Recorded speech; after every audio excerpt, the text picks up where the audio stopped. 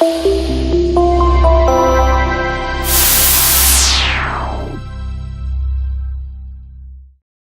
everybody, it's John Costigan. Never done a LinkedIn video, so I'm going to keep it really quick. But this topic that I'm going to talk about, I think it's a really big topic that's costing you money. It's allowing you not to close business, and this is it. You are losing control of the sale. You are like the tail wagging the dog, and they're having you run around doing a lot of work without knowing what happens when you get done doing it. That's number one.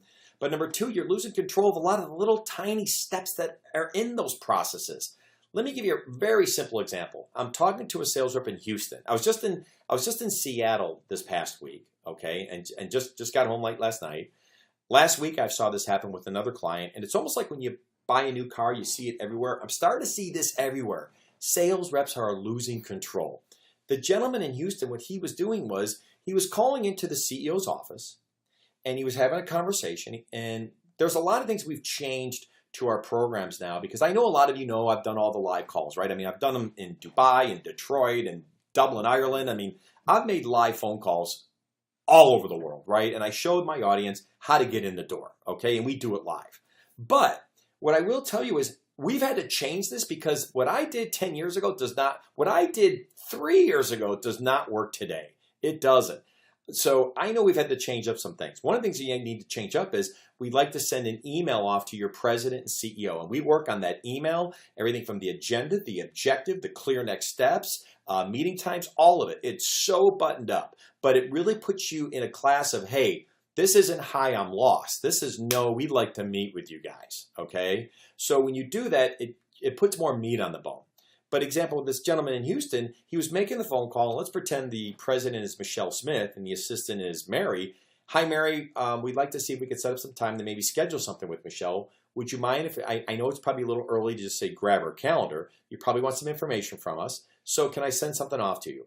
Sure. Everybody says yes to that. I mean, it's really rare they don't say. They're like, sure, send away, right? Confirm your email, send it off. But then he was hanging up. I'm like, well, that's where you're losing control, because now you call back 2 days later and go, hey, Mary, how we doing? Hey, Michelle reviewed it. There's no fit. And then you're done. And by the way, I'm a big believer that if you do that, you're now done. And if you now go to the HR department or to operations or somewhere else, you have an uphill battle, especially when you know that you just had the CEO's office going, no fit. We don't want to see you. So I've always said the reason why you're losing control is you're taking steps that are enabling you to lose control. And there's also steps you're not taking. Here's one step he wasn't taking. When you're on the phone with Mary and you send the email off, you go, hey, Mary, one last thing. I know with what our organization does, we focus on, and for example, I was representing a consulting firm. So I said, hey, we work with people. It's not about getting you more people, it's about getting more out of the people you have. So in this email, I'm going to lay that out to you. But hey, can you please send me over to HR? I know no matter what we do, HR is very heavily involved in these conversations because they're all about people.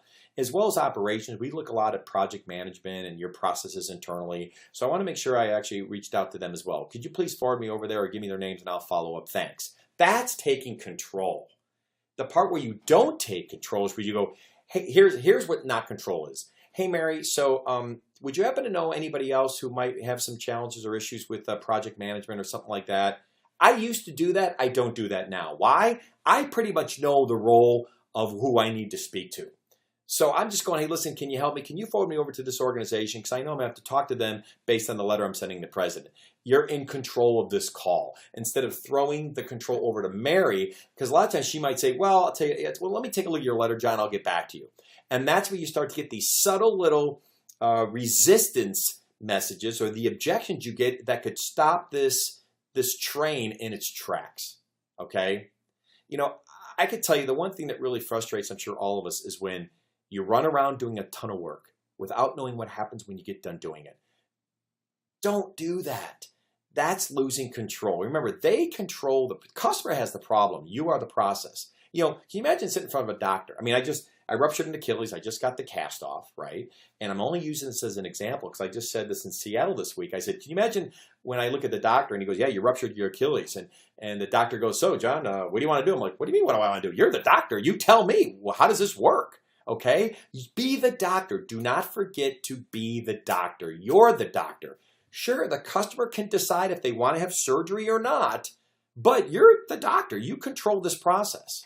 So for example, the customer says, these are our 5 steps of how we decide to move forward with a vendor or not. You go, great. So these are your 5 steps. But the part where you're the doctor, you can go, wonderful. So those are your 5 steps. If I can do all these steps for you and meet your budget and align with my products in terms of what you're trying to accomplish with your problems, if I could do all that, hey, where do we go from here? How soon do you want to get this fixed? If they go, well, hey, I'm not really sure yet. Let me just see your proposal first. That is a huge red flag of, uh-oh, we're going to start running around doing a lot of work for free. So, hey, I know we're over 5 minutes on this, but I wanted to get this in front of you very quickly. And what I want to say is, listen, don't lose control of the process. You're the doctor. They're not. And if you can try to remember that, I tell you one thing, you're going to start focusing on real deals, and you're not going to start filling out forecasts that truly almost look like the game show host here, the game show here in the United States called Jeopardy, where one of the categories is, I'll take creative writing for 1,000, Alex. That's no fun when your forecast, when you know in your heart and soul that forecast isn't a real forecast. Okay, so hey, good selling. It's my first video. I know it's probably way too darn long, but I hope you enjoyed it. Bye-bye. Hey everybody, John Costigan here. The toughest part to any sale is getting in the door, right? Tell you what, click on the URL below this video or go to costigantraining.com/free week. Take the first step of solving this huge problem of getting in the door. It's 5 days, 5 clips, less than 5 minutes. Click on the link. We'll see you in a few seconds.